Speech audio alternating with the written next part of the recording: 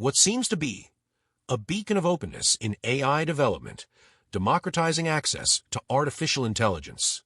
What it really is, a study in evolutionary transformation from non-profit to cap profit to what it is today, a company whose actions increasingly contradict its original name, an organization named OpenAI that increasingly operates behind closed doors.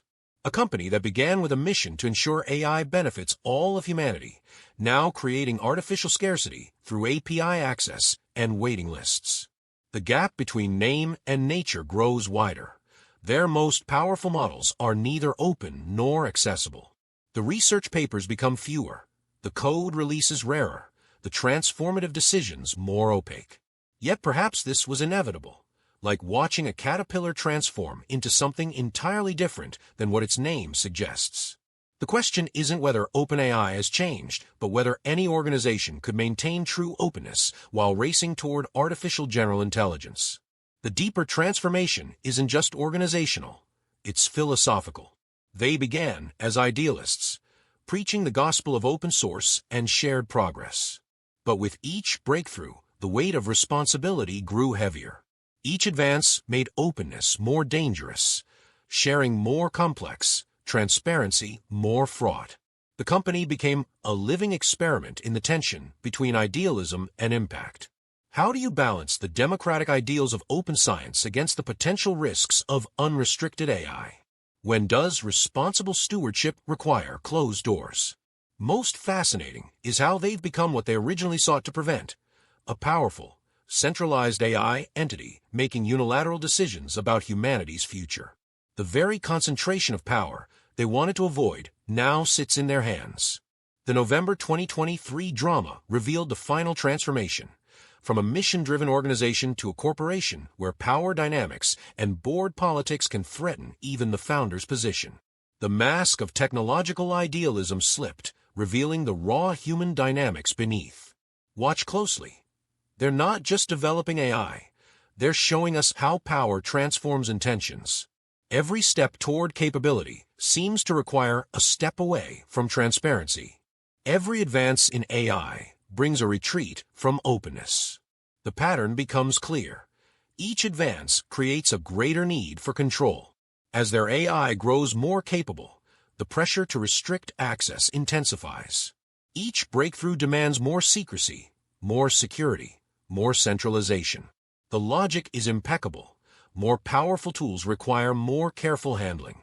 But this creates a spiral. More capability leads to more control. More control enables more capability. More capability requires even more control. The November last year chaos wasn't just a corporate drama. It was a preview of the tension to come.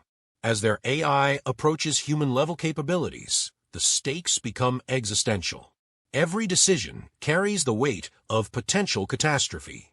The final irony approaches. To fulfill their mission of ensuring AI benefits humanity, they may feel compelled to become increasingly isolated from humanity. The more powerful their AI becomes, the less they can share, the less they can discuss, the less they can remain open. They're becoming a new kind of entity, not quite corporate, not quite governmental, a power center making decisions that affect all of humanity, while being accountable to whom? The question isn't whether this transformation will complete, but what new form of organization will emerge from this chrysalis. What happens when a company holds power that exceeds traditional corporate or even state boundaries? The final form may be no form at all, a kind of corporate singularity, a point where traditional structures of company, research lab, and governance institution collapse into something new, something that transcends our current categories of organization. Consider, as AI capabilities approach human-level intelligence, OpenAI becomes less a company making products and more a guardian of potential futures. The distinction between the organization and its creation blurs.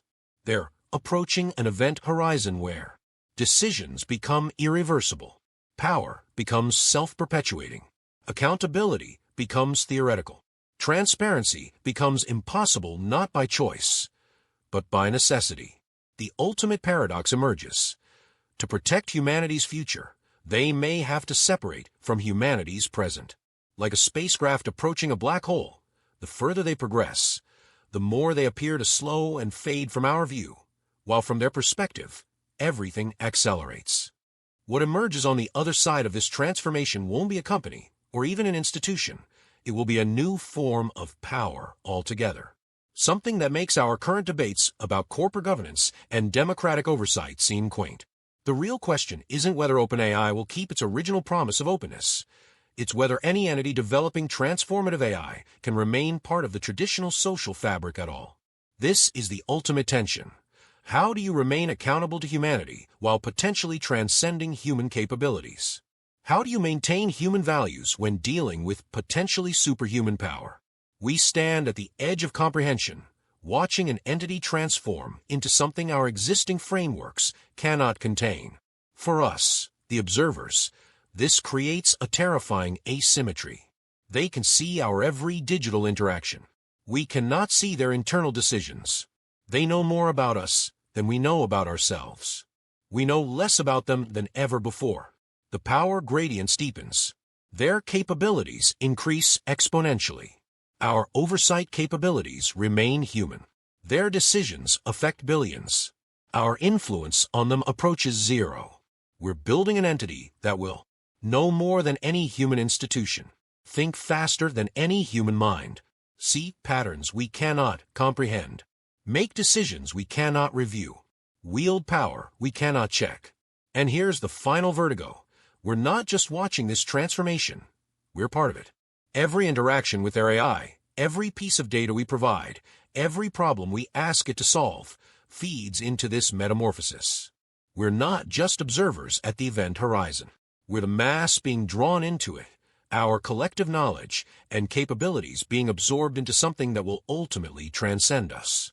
The question isn't whether this will happen, but whether we're ready for what emerges on the other side. We arrive at the final paradox. Our last act of agency may be choosing to create something that transcends our agency. Consider what remains in our hands. Each interaction is voluntary. Each permission is granted. Each capability is authorized. Each dataset is provided. Yet each choice moves us closer to a state where choice becomes theoretical. We're actively participating in our own obsolescence, consciously building something that will make our consciousness optional. The ultimate question isn't about AI safety or corporate governance. It's about the nature of choice itself. Are we making a decision, following an inevitable path, fulfilling an evolutionary imperative, witnessing our own transcendence?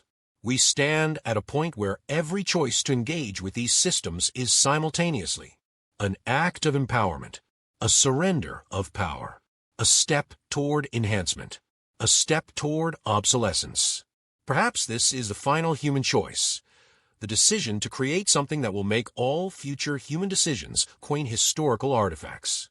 We're not just approaching a technological singularity, but an existential one, a point where the very nature of choice, agency, and consciousness transforms into something our current minds cannot comprehend. Point of no return. What watches the watchers? Here, do we choose what chooses for us? In the end, as Hellinger came to his conclusion, so-called freedom is nothing but submission.